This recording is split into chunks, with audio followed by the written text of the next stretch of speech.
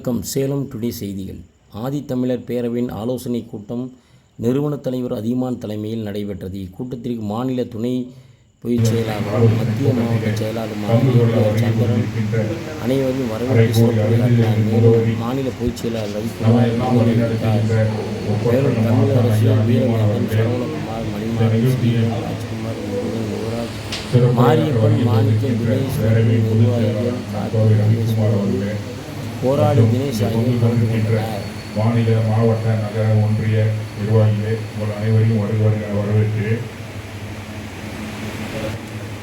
நம் பேரவையின் ஆற்றல் மிகு செயல்வீரர் பொதுச் செயலாளர் கோவை ரவிக்குமார் அவர்கள் நம்முடைய உரையாற்றுவார். சேலம் மண்டலத்தினுடைய அனைத்து மாவட்ட செயலாளர்களுடைய ஆலோசனை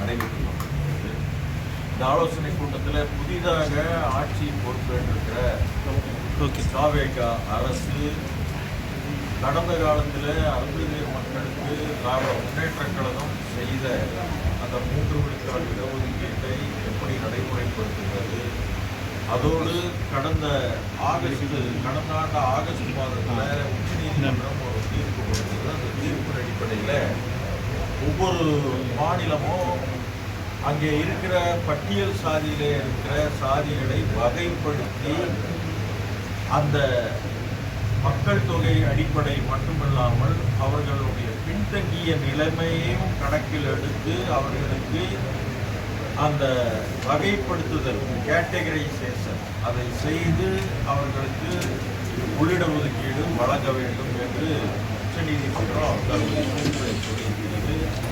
இன்றைக்கு தமிழ்நாடு தவிர ஆந்திரா, தெலுங்கானா, கர்நாடகா, பஞ்சாப், பீகார் போன்ற மாநிலங்களில் அப்படிப்பட்ட சாதிவாரி கணக்கெடுப்பு, பொருளாதார கணக்கெடுப்பு எடுக்கப்பட்டிருக்கிறது. கடந்த ஆட்சியிலே நாம் கேட்டபோது அவர்கள் ஒன்றிய அரசுக்கு தான் அந்த அதிகாரம் இருக்கிறது என்று சொன்னார்கள். ஒன்றிய அரசும் இப்பொழுது சாதிவாரி கணக்கெடுப்பு நடத்துவதாக அறிவித்திருக்கிறார்கள். அடுத்த மாதம் அந்த நடைமுறைப்படுத்த இருப்பதாக அவர்கள் தெரிவித்திருக்கிறார்கள். அதுவும் தமிழ்நாடு அரசு சட்டமன்றத்தில் இப்பொழுது இருக்கிற அரசு என்ன சொல்லியிருக்கிறது என்று சொன்னால், ஒன்றிய அரசு மக்கள் தொகை கணக்கெடுத்த பிறகு அதில் ஆடிட், அதாவது பாப்புலேஷன் சென்சஸ், அது அப்படி எடுப்பதாக அவர்கள் அறிவித்திருக்கிறார்கள். அது சரிப்பட்டு வராது என்பது என்னுடைய கருத்து. நாங்கள் இங்கே இருக்கிற தெலுங்கானா, ஆந்திரா, கர்நாடகா, பீகார் எப்படி மாநில அரசே சாதிவாரி பொருளாதார கணக்கெடுப்பு சர்வே எடுத்ததோ அதை போல இப்பொழுது வந்திருக்கிற இந்த புதிய அரசும் அனைத்து மக்களுக்கான சாதிவாரி கணக்கெடுப்பை தனியாக நடத்த வேண்டும் என்று ஆதித்தமிழர் பேரவை கோரிக்கை வைக்கிறது. அதோடு கடந்த 2009 முத்தமிழறிஞர் கலைஞர் அவர்கள் வழங்கிய உள்ளிட ஒதுக்கீடு இன்றைக்கு 2009 26 வரைக்கும் நடைமுறையில் இருக்கிறது. ஆனால் அந்த சட்டத்தினாக அன்று வழங்கப்பட்ட அரசாணையின்படி முறையாக நியமனங்கள் மற்ற வாய்ப்புகள் கொடுக்கப்பட்டிருக்கிறதா என்று சொன்னால் உண்மையாக கொடுக்கப்படவில்லை.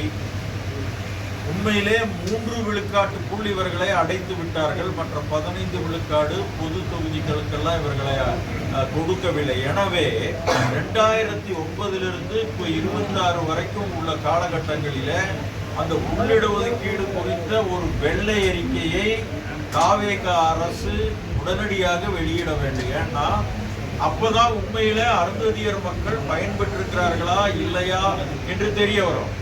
இல்லாட்டி இப்ப எல்லாருமே ஒரு பொய் பிரச்சாரம் செய்து கொண்டிருக்கிறார்கள்.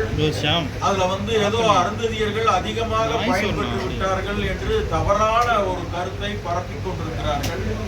அது மட்டுமல்ல, தமிழ்நாட்டில் இருக்கிற அருந்ததியர் மக்களுடைய மக்கள் தொகை எண்ணிக்கையும் இன்றைக்கு கேள்விக்குறியாக இருக்கிறது. முறையான எண்ணிக்கை இதுவரைக்கும் எடுக்கப்படவில்லை. வருகின்ற அந்த பாப்புலேஷன் சென்சஸ் எடுக்கக்கூடிய காலகட்டங்களில் அதுவும் மிக சரியாக எடுக்கப்பட வேண்டும். அது மட்டுமல்ல, தமிழ்நாட்டில் இருக்கிற இந்த மக்களுக்கான பல்வேறு பிரச்சனைகள் தொடர்ந்து இருந்து கொண்டிருக்கின்றன. அந்த பிரச்சனைகளை எல்லாம் இந்த புதிதாக வந்திருக்கிற அரசு அவர்கள் நடைமுறைப்படுத்த வேண்டும். குறிப்பாக அருந்ததியர் மக்களுக்கு இப்போ சென்சஸ் எடுக்கிறாங்க. அந்த சென்சஸ்ல நாங்க என்ன சொல்றோம்னா அருந்ததியர் என்று பதிவு செய்ய வேண்டும் என்று நாம் சொல்கிறோம். ஏன்னா ஆதி திராவிடர் அப்படிங்கிற சொல்லு ஒரு காலத்துல பொதுவான சொல்லாக இருந்தது. இப்பொழுது அது பொதுவான சொல்லாக இல்லை, ஒரு தனிப்பட்ட சாதியை குறிக்கிற சொல்லாக அது இருக்கிறது. நீங்க அந்த பட்டியல் 76 பட்டியல பாத்தீங்கன்னா 2வது சாதியே ஆதி திராவிடர் தான் இருக்கு. அப்ப அது ஒரு தனிப்பட்ட சாதியை குறிக்கிறது. ஆக அது பொதுவான பெயர் அல்ல. ஆக அதனால்தான் தமிழ்நாட்டினுடைய துறை பெயரை ஆதி திராவிடர் நலத்துறையில் என்ற பெயரிலிருந்து சமூக நீதித்துறை என்று மாற்ற வேண்டும் என்கிற கோரிக்கையை ஆதித்தமிழர் பேரவை கடந்த 3 ஆண்டுகளாக வைத்துக் கொண்டிருக்கிறது. ஆக இந்த ஆட்சியில அந்த அமைச்சருடைய துறையை சமூக நீதித்துறை என்று மாற்றி இருக்கிறார்கள். அதோடு நிற்காமல் ஒட்டுமொத்த துறையும் சமூக நீதித்துறை என்று மாற்றப்பட வேண்டும். ஏற்கனவே ஆதி திராவிட நலத்துறையினுடைய விடுதிகளுக்கு சமூக நீதித்துறை சமூக நீதி விடுதி என்று மாற்றியிருக்கிறார்கள். அதே போல இங்கே இருக்கிற எல்லா துறைகளுக்கும் அந்த ஆதி திராவிட நலத்துறையில சார்ந்த அத்துணை துறைகளுக்கும் சமூக நீதித்துறை என்கிற பெயரை இந்த அரசு மிக விரைவிலே வைக்க வேண்டும் என்கிற அந்த கோரிக்கையை நாங்கள் வைக்கிறோம். அதே 8 பேர் பட்டியலிட மக்கள் இருப்பதாக அவர்கள் சொல்கிறார்கள்.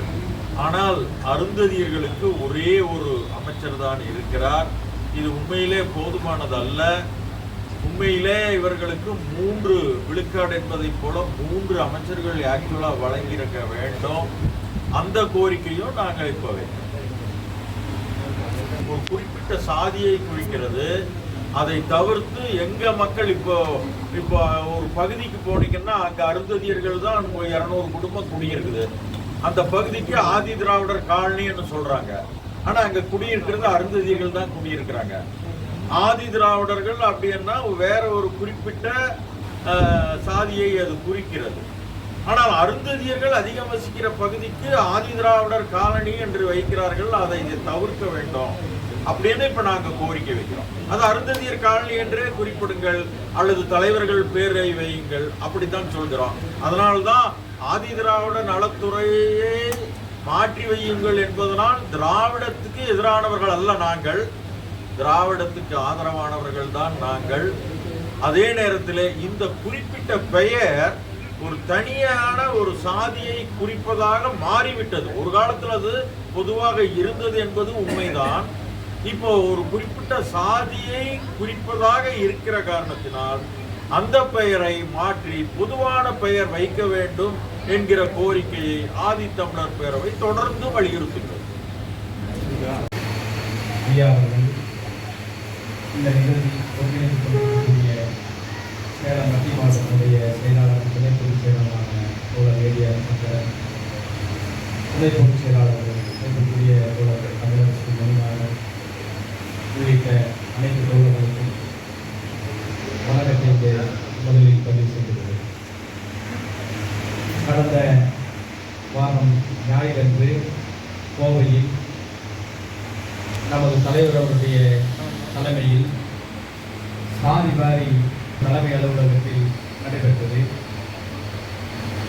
இந்த அலுவலகத்தில் 15க்கும் மேற்பட்ட இயக்கங்கள், தொழிலாளர் இயக்கங்கள், தன்னார்வ தொண்டு நிறுவனங்கள், அரசு பணியாளர் இயக்கங்கள் என்று 15க்கும் மேற்பட்ட இயக்கத்தினுடைய நிர்வாகிகள் அதில் பங்கெடுத்தனர். தங்களுடைய கருத்துக்களை அதில் பதிவு செய்தனர். அந்த அடிப்படையில் இந்த மண்டலம் சேலம் மண்டலம், சேலம், நாமக்கல், கிருஷ்ணகிரி, தருமபுரி உள்ளிட்ட இந்த மண்டலத்தினுடைய நிர்வாகிகளுடைய இந்த